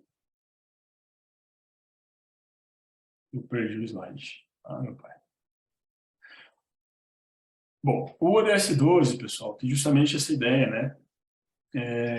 Justamente tem esse objetivo de reduzir, de produção de consumo sustentável, né? E qual que é o drama por trás do ODS 12? É justamente muito aquela questão que eu trouxe para vocês quando a gente falou do antropoceno, né? Então, cada vez mais, pela busca de uma melhor qualidade de vida, e a qualidade de vida está muito atrelada, né, ao consumo em si. Então, as pessoas cada vez mais querem ter o melhor carro, querem ter a melhor roupa, querem ter o melhor produto, o melhor celular. E essa busca de qualidade de vida, e essa busca desenfreada pelo consumo, cada vez mais tem nos levado à superutilização de recursos naturais, certo? Essa superutilização de recursos naturais, naturalmente, tem aumentado o impacto da produção humana frente ao meio ambiente e ao sistema terrestre, que justamente, então, né, tem causado todo esses reflexos da própria crise ambiental, né? Então, o ODS 12, pessoal, um ODS que trata justamente sobre essa questão da produção e do consumo. Como nós podemos justamente conciliar o crescimento econômico, a produção e o consumo com a proteção do nosso ambiente, do meio ambiente. Como nós podemos realmente ter uma produção e um consumo que não vá, de certa forma, primeiro, nos colocar a viver numa pilha de lixo, né? Porque, novamente, né, tudo que é produzido de alguma forma não desaparece, tudo isso vai ser jogado em algum lugar, então como que a gente consegue superar essa questão dos resíduos, mas também como que a gente pode produzir e consumir sem esgotar os nossos recursos naturais, sem trazer um tipo de impacto demasiadamente grande que vai, de fato, então, gerar um desbalanceamento ali no sistema terrestre e, de alguma forma, provocar, né, o colapso dos outros dois sistemas, que é o sistema econômico e social. Porque, a partir do momento que a gente utiliza o recurso natural de maneira desenfreada, naturalmente, esse recurso natural tende a desaparecer, certo? E conforme ele vai desaparecendo, também desaparecem indústrias, também desaparecem determinados tipos de negócios, e com isso desaparecem empregos, e disso surge pobreza. Então, uma coisa acaba desencadeando a outra, né? Então, o ODS 12, então, ele tem justamente esse papel de tentar entender como a gente pode, então, ter, de fato, uma produção e consumo que esteja em consonância com a proteção do meio ambiente. Pessoal, realmente parece que eu perdi os meus outros slides. Eu peço desculpas. Mas, gente, agora eu já queria, então, né, me encaminhar para o final da nossa conversa e trazer uma provocação, né, uma pergunta. Como que a gente pode ajudar a implementar os ODS 11 e 12? Né? Eu queria justamente, então, né, daí, já encerrando a minha fala, encerrar com essa provocação, né, perguntando para vocês como a gente pode, de alguma forma, ajudar a implementar o ODS 11 e 12, e também me coloco à disposição para eventuais novas dúvidas. Pessoal, era basicamente isso. Eu gostaria de agradecer a atenção de vocês, né? E também agradecer novamente aí por ter tido a oportunidade de estar participando hoje da palestra. Muito obrigado. Oi, Matheus. Eu tenho algumas perguntas para você, Perfeito. que eu anotei aqui. Eu estava lendo a respeito da Agenda 2030 e eu li uma matéria que falam sobre reduzir o crescimento populacional como 18º objetivo. O que você acha disso? Você concorda? Você acha que tem a ver mesmo? Achei bem interessante sobre isso. E, assim, nos países subdesenvolvidos, é bem polêmico isso. O direito, né, de ter um filho, pode-se falar assim, o direito de ter uma família, mais pobreza, enfim, é muito polêmico esse assunto. Achei bem interessante a matéria. O que você me diz disso? A Flávia já chegou com uma voadora, né? Olha, bem polêmica, né, Flávia, né, Matheus? Nossa! Não, mas eu acho que, assim, a gente tem que tratar dos temas polêmicos. E realmente essa questão do crescimento populacional é um tema bem complexo e delicado, porque ele remete a várias situações complexas, né? Então, hoje, sem dúvida nenhuma, o crescimento populacional, de alguma forma, apresenta uma pressão no sistema terrestre, certo? Por quê? Porque, naturalmente, mais pessoas, mais necessidades, mais pessoas querendo ser felizes. Como é que você realmente torna possível essas pessoas realizar os seus sonhos num mundo onde tem mais de 8 bilhões de pessoas querendo consumir, querendo comprar, querendo viver, querendo ter mais filhos e assim por diante, né? Então, esse é um tema muito delicado, um tema muito complexo, mas é um tema de muita relevância. E, assim, o que eu posso dizer? Eu posso dizer que eu acredito que as pessoas vão continuar tendo filhos, né? Eu não acredito que as pessoas vão deixar de ter filhos. Existe uma tendência de que cada vez que o país ele se torna mais desenvolvido, então as pessoas passam a ter maior renda per capita, passam a ter mais educação, saúde, elas terem até menos filhos. E essa é uma tendência muito clara nos países desenvolvidos, né? Por exemplo, na Europa, eles estão tendo quase déficit populacional, né? Então você vê países na Europa, Itália, Portugal, chamando pessoas, porque justamente não tem mão de obra. A população está envelhecendo, isso também é um problema, né? Mas, enfim. Então, assim, a tendência é que cada vez mais, conforme os países vão se desenvolvendo, que esses países eles tenham uma diminuição do número de pessoas, né? do crescimento demográfico em si. Né? Então, assim, eu acho que a única maneira de fato, a gente de alguma forma, contornar esse problema é, de fato, trazendo essa conscientização, né? Que, de fato, assim, para o meio ambiente, o crescimento demográfico, ele acaba sendo um grande desafio, repensando realmente nessa questão, na questão da composição de uma família, mas, assim, novamente, eu realmente acho que as pessoas elas não vão deixar de ter filhos, né? Eu acho que as pessoas vão continuar tendo filhos, e eu acredito que, então, a gente tem que buscar outros tipos de maneiras de contornar essa situação, né? E torcer para que, de fato, cada vez mais os países se desenvolvam, né? Principalmente os países de desenvolvimento e os menos desenvolvidos, acabem tendo aí uma taxa de reprodução um pouco menor. Eu entendo, né, Matheus, que assim, isso envolve outros fatores além do crescimento sustentável. Envolve cultura, envolve educação, envolve religião, né? E envolve saúde. De alguma maneira, a relação entre esses 4 fatores, em alguns países, decresceu a taxa de crescimento, né? Em outros, não surtiu o efeito, justamente pelo desequilíbrio na educação, na cultura e na saúde, né?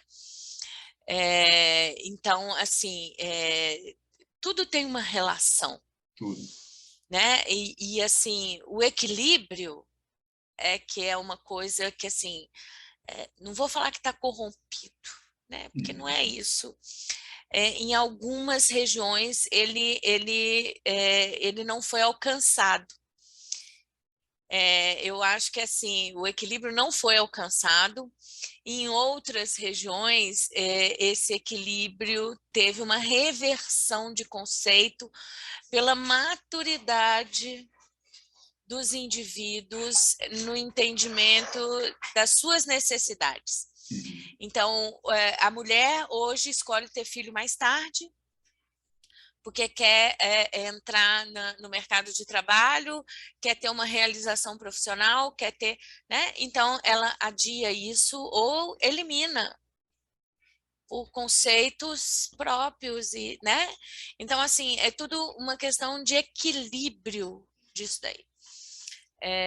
Eu tenho essa visão, né? E, assim, eu acho, eu sou católica, apostólica romana, fui criada nesses princípios, mas, assim, entendo que a igreja às vezes interfere de maneira equivocada, e quando ela poderia intervir de maneira saudável, ela não faz em nome de uma doutrina, em nome de uma coisa que vai fora do meu conceito. Então, eu acho que, assim, a fé não deveria interferir nesses conceitos, né? E aí, a gente, quando eu volto a falar sobre equilíbrio, porque eu gosto muito do conceito oriental, né? Do yin yang, as forças, as energias em equilíbrio, aí você tem um caminho mais, né? Então, eu acho que, assim, nós precisamos resgatar isso, né? Eu acho que é muito isso. Perfeito. Porque, assim, eu acho que se a gente fosse ser bastante racional, né, e darwiniano até, a ponto de realmente tentar preservar a nossa espécie, no sentido de entender que, olha, vai chegar um ponto que vai ter tanta gente que a gente vai entrar em uma catástrofe social e por conta da crise ambiental, o correto seria justamente que a gente não pode ter um aumento demográfico. A gente tem que reduzir, a gente não tem que ter filhos, né? Mas, assim, eu sinto que é muito complexo isso. Eu pessoalmente, não me sinto bem em sugerir que as pessoas não tenham filhos, né? Inclusive, eu quero ser pai. Pois é, eu tenho 3. Eu tenho Então, 3, então. Já fugi da curva hoje. exatamente. Eu quero ser pai, então eu realmente tenho muita dificuldade em falar para outras pessoas, outros ativistas, vão falar para você não tenha filho, né? Então, mas assim, eu acho que a diminuição demográfica ela vai acontecer naturalmente conforme os países vão se desenvolvendo, sabe, Cristina? Eu acho que uma das grandes virtudes do ser humano é a adaptabilidade. Eu acho que quando a água está batendo na bunda, o ser humano sempre dá um jeito de se coçar. Isso. Então, eu pessoalmente, né, trabalhando com desenvolvimento sustentável e tentando avançar isso, eu espero que isso aconteça, né, antes da água bater na bunda, um pouco de ficar insuportável. Mas se de fato se tornar insuportável, eu acho que em algum momento vai ser feito algo a nível mais de política pública, provavelmente, né? Mas eu espero que não chegue a um nível extremo a ponto do governo poder falar que se a gente pode ter filhos ou não pode, né? Então, por exemplo, pega a China. Não sei se vocês lembram da política de filho único na Pois China. é. E algo assombroso, de casos onde, por exemplo, se você tem mais um filho, de fato o governo de alguma forma te dá uma multa ou até Te levar a sua criança, penaliza, né? penalizar por isso. Te penaliza numa série de caminhos porque você está fugindo à regra que ele estabeleceu, né? Exatamente, e é por isso que sempre quando eu vou falar sobre desenvolvimento sustentável, como sendo um imperativo da nossa geração, da nossa época, eu sempre sou muito claro e digo, olha, se de alguma forma a gente não ajudar a de fato alcançar esse equilíbrio que a gente precisa nesse momento na nossa sociedade, vai ser imposto. Em algum momento vai ser imposto. Em algum momento o poder público vai ter que se manifestar, em algum momento, poxa, agora você já vê lá, por exemplo, eu mencionei, né, que na Europa está tendo uma onda de alta temperatura por lá, a ponto de estar gerando incêndios, as pessoas estarem desmaiando, pessoas morrendo por conta da temperatura. Eu vi que recentemente, essa semana ou semana passada, a Holanda foi o primeiro país a criar uma taxa de carbono obrigatória das empresas. Então as empresas elas vão ter que pagar para deu opção delas aderirem, ninguém fez, virou imposição, né? Isso. Então esse é o ponto. Eu acredito que se de alguma forma não houver uma movimentação voluntária por parte das pessoas, por parte das corporações, dos governos, vai ser imposto. E eu não gostaria que fosse imposto, porque tudo que é imposto tende a né, não ser bom em algum momento. Né? Então, respondendo, Flávia. E assim, entrando um pouquinho, eu vi lá no seu gráfico que a Finlândia está em 11º lugar no IDH, não é isso? Isso. Mas ela está em primeiro lugar no FIB, que é aquele Felicidade Interna Bruta. Bacana. Isso. Então, veja bem, se a Finlândia está em 11º lugar no IDH, mas ela está em primeiro de Felicidade Interna Bruta. O que não sei se você sabe quais são os quesitos para essa felicidade interna bruta, né? O que faz as pessoas da Finlândia serem felizes, né? Porque o IDH fala que a pessoa precisa me recorda aí, de educação, saúde, renda. né? Isso mesmo. E na minha visão, a felicidade é isso daí, né? Mas na Finlândia ela está em 11º lugar. Entendi. Olha, eu acho que assim, 11º lugar é um ótimo Aí vem a lugar. cultura, no caso, então, tipo assim, é como se o IDH tivesse faltando mais um parâmetro, mais um quesito para medir alguma coisa que está faltando. Você acha que está faltando? Entendi. O IDH, na verdade, já não é mais o principal indicador hoje do mundo, né? Então, o IDH, muitos economistas, cientistas políticos, eles entendem que o IDH ele tem que ser atualizado. De qualquer forma, ele acaba ainda sendo algo melhor do que a análise de desenvolvimento por meio do PIB per capita, que ainda acaba sendo utilizado por alguns economistas. Então, entre ter alguma coisa e não ter nada, a gente vai de IDH, né? Mas, assim, Com certeza. eu acho que o fato da Finlândia estar em primeiro lugar pode ser também por conta de algo relacionado à cultura, algum elemento que não necessariamente é abordado pelo IDH, mas eu acho que a posição da Finlândia já destaca que ela tem um ótimo IDH, né? Então, 13º. Sim. Então, realmente, assim, por mais que ela esteja em 13º e em primeiro no outro, eu acho que isso não invalidaria, de certa forma, né, a ideia de que IDH é o melhor indicador para retratar ali uma melhor qualidade de vida. E eu acredito que, de fato, sim, uma melhor renda per capita, um melhor índice de educação e de saúde colaboram diretamente para uma melhor qualidade de vida e para mais felicidade. Para a pessoa ser feliz, né? Todo mundo, Exatamente. quando você pergunta a pessoa o que você quer ser super feliz, ela fala, eu quero ter saúde, quero ter educação. O resto é consequência. Se você tem esses 3 pilares aí, o resto é consequência. Você vai conseguir, né? E é isso. E também é bem interessante. Esse tempo atrás, eu estava numa palestra aqui na FIEP e tinha uma menina da Finlândia contando um pouco do sistema educacional deles, um pouco da Finlândia em si, né? Uhum. E realmente, gente, é um país muito interessante. É admirável, parece realmente um parque temático da Disney, de tão incrível. Porque, primeiro, educação não é paga, né? Então, eles podem fazer desde a faculdade, mestrado, doutorado totalmente de graça. E, além disso, existe uma flexibilidade muito grande sobre fazer faculdade, mestrado. Por exemplo, essa menina que estava dando palestra, ela tinha 28 anos e ela estava fazendo a faculdade naquele momento.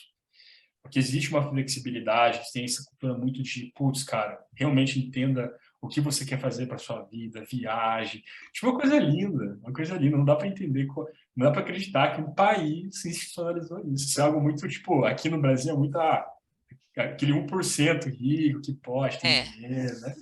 E que é o adequado, é muito bom quando a pessoa ela pode ter várias experiências para realmente entender o que ela quer fazer da vida e tal, né? Então, viajar para alguns países. Lá eles institucionalizaram isso. Mas vamos falar a verdade, né, gente? Finlândia é um país minúsculo, né? Com uma população... E fora da curva, né? Fora da curva, num monte de coisa. Ele tem uma limitação ambiental imensa por causa das terras congeladas, né? Do clima e não sei o quê. Exatamente. Então, assim, número de habitantes... então... É difícil, né? Mas lá tem que ser estudado, porque normalmente local muito frio, tipo na Ucrânia, vamos falar da Ucrânia, eu que conheço um pouco, lá as luzes, a iluminação foi toda modificada para que as pessoas ficassem felizes, porque é tudo tão escuro, tão fúnebre, então tudo foi modificado lá na Rússia. Então, assim, porque o índice de depressão, de suicídio é altíssimo e é muito frio. Do clima, frio. O clima. Clima. Então, assim, o que eles conseguem, né? Mesmo sendo pequena, a Ucrânia é mínima, gente. Tudo bem que agora tá uma guerra, mas, assim, é pequeno também. É pequeno. Mas é um país que tem uma maturidade... emocional. Não é nem emocional, né? Tinha uma maturidade democrática e institucional, de conceitos e acesso. São países do primeiro mundo que tiveram acesso a uma série de coisas muito antes da gente, né? E aí, então, assim, o país teve tempo de ganhar essa maturidade, e assim, tem uma musculatura cultural, Totalmente. né? Totalmente. Diferente, né? A Até gente custou a ganhar essa E a Márcia visão. colocou aqui, ó, ganhando, né? colocou aqui no chat aqui que a Finlândia, desde 1906, tornou-se o primeiro país da Europa que reconhece o direito das mulheres ao voto. Olha só. Ela colocou, nós mulheres mudamos o mundo. A Márcia colocou aqui, eu não sabia disso. É verdade. Muito Então, bom. assim, é muito em função disso, né? A maturidade cultural de um país, do acesso, por mais que tenham tido limitações, né? Porque os países da Europa vivenciaram a Primeira Guerra Mundial, a Segunda Guerra Mundial, então, assim, eles sofreram. E toda dor, gente, leva a uma busca de um mundo melhor, né? Exatamente isso. E isso deu uma maturidade para eles nessa busca da felicidade, na busca do caminho melhor. Eu acho Não, é exatamente isso. Tem até alguns economistas que contam de um fenômeno que é dos países com recursos naturais, de muitos recursos naturais. Eles falam que, geralmente, os países que têm muitos recursos naturais, eles tendem a ser mais preguiçosos, no sentido de não buscarem se desenvolver e deixarem de comercializar apenas commodities. E isso daí gera uma série de reflexos na economia, qualidade de vida. E a ponto deles falarem que é uma maldição. Que é uma maldição que, por exemplo, às vezes o Brasil se enquadra, porque, por exemplo, né, ao invés de a gente estar desenvolvendo o nosso setor, a nossa indústria, o setor de serviços, tecnológico e assim por diante, o nosso foco acaba sempre sendo que é a agricultura. Claro que, né, a gente não pode desprezar toda essa competitividade na agricultura que o Brasil tem e tudo mais. Só que a gente tem que diversificar, né? A gente não pode só depender da agricultura. Até porque, se a gente for levar em consideração todos os impactos do antropoceno que a gente está tendo no nosso país, relacionados à crise ambiental, a tendência é que a nossa produtividade na agricultura ela comece a cair. E quando a nossa produtividade cair num ponto que ela não pode mais sustentar o nosso PIB, o país vai entrar no pandemônio. Como é que a gente vai manter a nossa economia rodando? Entende? Sustentabilidade. Exatamente. Busca pela sustentabilidade. E até porque a sustentabilidade em si, ela retrata muito a ideia da perenidade. Isso. Da manutenção de algo, né? E por isso que a sustentabilidade não tem só relação com o meio ambiente, né? Preservar o meio ambiente é uma maneira de tornar sustentável algo, porque sem o meio ambiente, como eu disse para vocês, o sistema social e econômico não funcionam, né? Então, sustentabilidade é justamente ter essa visão, é de buscar a perenidade e entender que uma coisa está conectada à outra, que manutenção de um sistema total, ele só vai acontecer quando você tem essa visão muito mais sistemática, quando você entende que uma reação, toda ação tem uma reação, que de fato a gente tem que olhar dessa maneira e para perpetuar algo, né? Certo. Matheus, só mais uma perguntinha aqui para terminar. E a pandemia, você acha que ela atrapalhou ou contribuiu para piorar, assim, nos países que estão mais, assim, contribuindo mesmo para a agenda, que estão na agenda da 2030, né, assim, você acha que retardou um pouco? Como que você acha, assim, como que você vê isso? Teve algum relato? Perfeito. Eu não vou saber trazer com detalhes aqui. Ali na época da pandemia, eu falava muito sobre isso, mas depois disso, confesso que acabei deixando de lado os dados e assim por diante. Mas, com certeza, Flávia, a pandemia teve um impacto significativo na implementação da Agenda 2030. Inclusive, quando a pandemia caiu, né, de fato foi declarado pandemia, o Antônio Guterres, secretário-geral das Nações Unidas, faltou ele chorar, né, nos discursos lá e tal, por de fato começar a apresentar, né, indicadores de que a gente teve uma diminuição de performance na implementação de uma série de objetivos, né, a questão da saúde, principalmente, a mais óbvia de todas, do emprego, por conta, né, dos lockdowns,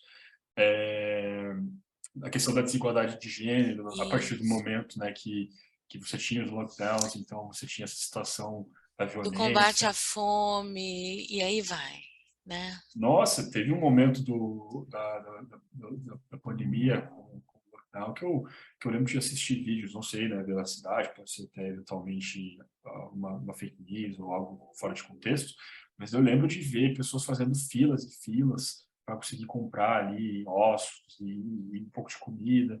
E na época que justamente era muito importante a questão do espaço, né, de utilização de máscara. Mas ali as pessoas, por livres, não tinham como, né, é, ter aí esse luxo de ter espaço, de usar máscaras, por não terem máscaras, por estarem ali no amontoado de pessoas que não compraram comida. Então, sem dúvida nenhuma, a pandemia ela retardou bastante, não só o Brasil, mas vários países na implementação da Agenda 2030. Foi um dos grandes desafios que a gente teve, que prejudicou a implementação da agenda. E, gente, sem sombra de dúvidas, vai ter uma próxima agenda. Não, a Agenda 2030 não vai se E a gente vai ter um impacto, né, Matheus, muito grande. Eu estava até comentando com a Flávia no início da transmissão, que assim, a gente teve uma perda, a gente vai ter um gap aí de formação de mão de obra, as nossas crianças vão ter educacional. né, a nível educacional, e mesmo de interação social, de comportamento, né, existe uma sequela aí que vai precisar de um olhar mais cuidadoso, mais atencioso para diminuir esse gap e a gente conseguir reverter algumas coisas. O mercado de trabalho que já vinha com um déficit muito grande em algumas áreas, a gente vai ter uma perda aí de 2 a 5 anos, muito grande na formação de novos profissionais. Perfeito. É Então, exatamente isso. muito É um cenário bastante assustador, né, e triste. Sem isso. falar que agora, saindo da crise, a gente tem a guerra na Ucrânia, né? É, E a guerra na Ucrânia também tem gerado aí um pandemônio gigantesco. Primeiro porque está trazendo à realidade uma guerra internacional, né, entre dois países. Pode gerar novas guerras, então não sei se vocês viram aí a situação de Taiwan com a China agora, isso. Estados Unidos indo para lá fazer uma indo para lá. pressãozinha, sempre. Também tem a situação ali dos países na Europa, no leste europeu, né, Kosovo, se não me engano, que também está tendo uma situação bem complexa, muito nesse jogo de poder entre a Rússia e a OTAN. Então, assim, né, além de toda essa situação, de todos esses problemas sociais que a gente teve, por conta da pandemia relacionada à educação, igualdade de gênero, desigualdade, fome, e ali também essa questão da crise econômica que a pandemia deixou, porque ela deixou uma crise econômica, Com certeza. a gente também agora tem essa guerra que está trazendo bastantes reflexos por conta da grande produção de grãos que a Ucrânia tem, né? E por conta da desaceleração da economia europeia, que está sendo ocasionada por conta do desabastecimento energético Isso, de gás que a de Rússia gás natural. fornecia para a Alemanha e outros países ali do... Exatamente, desabastecimento energético. E também por conta da desaceleração da China, que também é causada por conta do Covid. Então, assim, a gente está numa situação terrível, terrível, extremamente Isso. triste. Eu falo, né, para o pessoal, geralmente eu falo mais com pessoas jovens, eu falo para eles que, pessoal, a gente está num momento aí para iniciar a nossa carreira bem dificultoso, né, para estar entrando na universidade bem dificultoso, porque realmente a gente está vivendo em tempos bem desafiadores. Mas assim, né, é natural, né? Os nossos avós passaram por crises também, né? Então, essas guerras mundiais, a quebra da Bolsa de Nova York, e a gente também, inevitavelmente, vai passar por crises, né? Eu até recomendo muito a leitura de um livro que se chama The New World Order, que é do Ray Dalio. O Ray Dalio, ele é um investidor ele é dono de um fundo de investimento, um dos maiores que tem no mundo, né? E ele fala muito sobre esse fenômeno da ascensão e queda de países, de impérios, e como isso é realmente um movimento natural, e um movimento que sempre vai acontecer. E a gente tem que ter, se a gente tem o azar, né, de estar no momento de queda, de crise, a gente tem que aprender como estar preparado, né? Porque é algo que vai acontecer, então não tem o que fazer. A Flávia colocou, gente, uma pesquisa de reação, por favor, respondam. Ela é muito importante para nós, né? Porque ela ajuda a gente a planejar novos eventos, né? Então, assim, sugiram novos temas, deixam suas impressões, porque isso ajuda a gente a planejar os próximos passos de um assunto tão importante, né? Eu queria convidar também todos para abrirem a câmera, vamos fazer uma foto aqui, nossa, né? A Flávia também colocou para vocês aí, onde vocês, se tiverem interesse de se voluntariar, nós aqui no capítulo sempre temos projetos em andamentos, em várias áreas, em vários segmentos. É de praxe a gente acolher quem tem intenção de se voluntariar e se envolver com projetos e aprender, né? Então, nós vamos ter agora, nos próximos dias, um evento que se chama Changemakers Titans, organizado pelo PMI Latam, né, América Latina como um todo, onde a gente vai olhar assuntos muito interessantes sobre mineração, construção civil, petróleo e gás. Então, são projetos de grande impacto na vida de todo mundo, né? E nesses eventos, a gente traz uma série de profissionais falando o que está acontecendo, trazendo cases e dando a sua impressão de como esse mercado vem mudando, né? E o que a gente pode esperar aí nos próximos anos, né, nesse segmento. Em setembro também vamos ter o Fórum do Conhecimento, no dia 20, é um evento aqui do PMI-DF. Então, gente, se inscrevam, entrem no site do PMI-DF, acompanhem a nossa agenda, tem um monte de eventos já planejado, com muita coisa boa, com muito assunto interessante. A gente, além desse programa Comunicando ODS, onde a gente traz assuntos da Agenda 2030, nós temos um outro programa que é de orientação acadêmica, onde a gente apoia várias discussões na área de educação, né, para construção de artigos, TCCs, e mesmo a condução da carreira acadêmica, né? Temos também outra linha que é carreira e filiação, onde a gente trata sobre os caminhos de evolução da carreira, como a gente pode buscar conhecimentos que levem a gente a melhorar a nossa empregabilidade, a forma como a gente atua no mercado de trabalho. Então, assim, mais uma vez, quero agradecer a participação de vocês. Vou passar a palavra para o Matheus e para a Flávia fazer o encerramento. Mas, assim, o PMI-DF está aqui à disposição de vocês. Entrem no nosso site, acompanhem os nossos eventos e se envolvam. Venham com a gente, que a gente está fazendo aí um grande trabalho, né? Hoje nós já somos o terceiro maior capítulo da América Latina em número de pessoas filiadas, porque a gente vem buscando, né? O ano passado ganhamos o melhor capítulo do ano mundial no número de filiados. Esse ano estamos indicados de novo, justamente pelo crescimento e pela o nosso comportamento junto à nossa comunidade, o nosso envolvimento, o nosso comprometimento em estar construindo caminhos de aprendizado, né? Então, eu tenho só que agradecer vocês estarem aqui com a gente e compartilhando esses conhecimentos. Mateus, muito obrigado.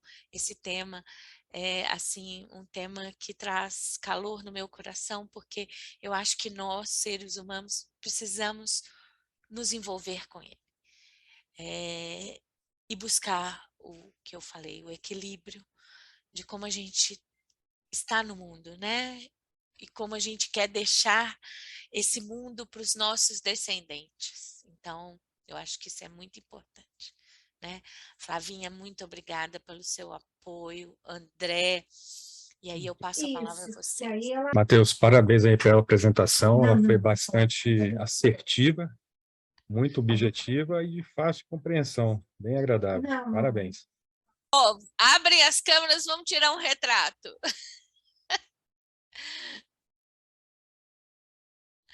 Márcia, Tiago, Natália, Cristina, Francisco, Fernanda, Márcia Gomes. Vamos lá, vamos abrir, tirar um retratinho aqui. Ó, X, né? todo mundo Muito sorrindo. obrigada. Muito bem. Passo a palavra, Flávia e Mateus, vocês. Eu rapidinho, só agradecer todo mundo, a participação de todos. Respondem na nossa pesquisa de sentimento, é muito importante. Tá? Mateus, muito obrigada mais uma vez. Cristina, André, todas as pessoas que estão aqui. E tem muito mais eventos, só se vocês acompanharem, tá? O nosso site, o nosso LinkedIn, nossas redes sociais.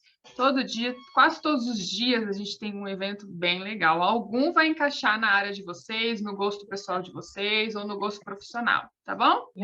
Obrigada e boa noite. Boa noite, pessoal.